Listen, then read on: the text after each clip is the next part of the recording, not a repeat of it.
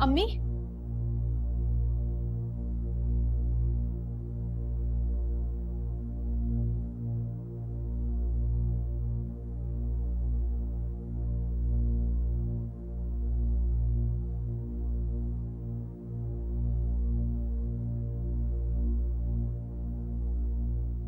अम्मी,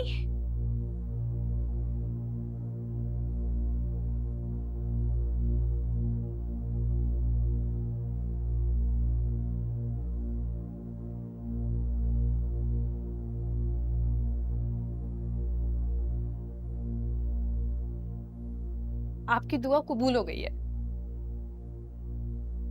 मैं तो तुम्हारे लिए बहुत सी दुआएं करती रहती हूँ। तुम कौन सी वाली दुआ की बात कर रही हो? अम्मी, कल रजा वापस पाकिस्तान आ गए।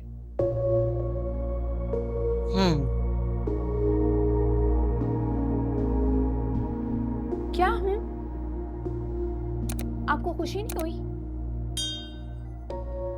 खुशी तो मुझे तब होती ना बेटा, जब रजा हमारा कुछ लगता।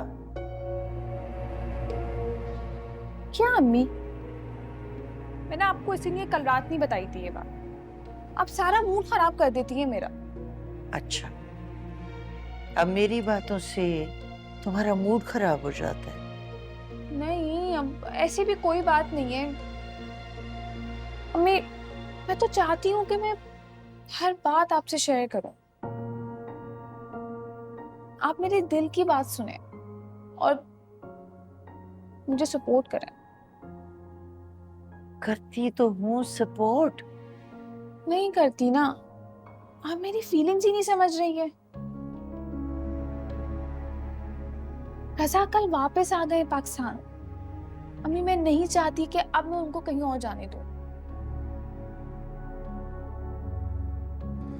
मैं रजा से शादी करना चाहती हूँ।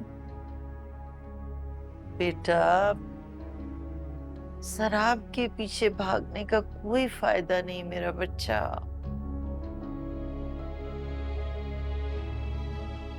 ऐसे भी रजा के साथ तुम्हारा कोई मुस्तकबिल नहीं है। अम्मी, कल किसने देखी है? आप मुझे बताएं। कल तक रजा मेरे लिए सिर्फ एक जरिया था मेरी खुद की लाइफस्टाइल अपग्रेड करने का।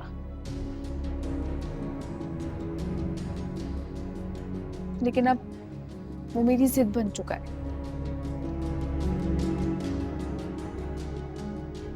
अम्मी, मैंने इस दिन का बहुत बेसब्री से इंतजार किया है। मैं बस इतना चाहती हूँ कि आप मेरा साथ दे दें।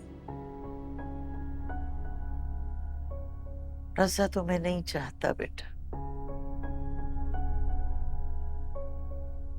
शादी के लिए दो लोगों के बीच मोहब्बत होना बहुत जरूरी है।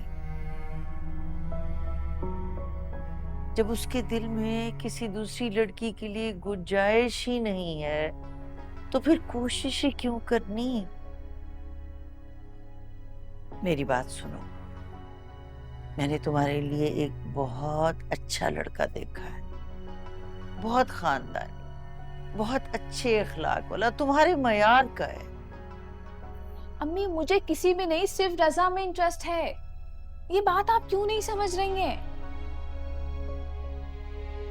और जहां तक बात मोहब्बत करने की है, उसको मुझसे मोहब्बत भी हो जाएगी।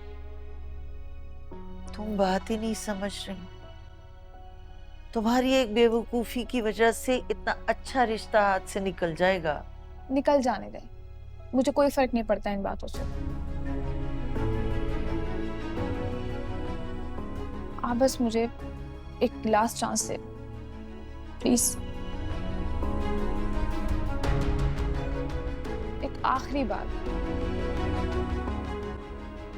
प्लीज। एक हफ्ता है बस तुम्हारे पास। पक्का?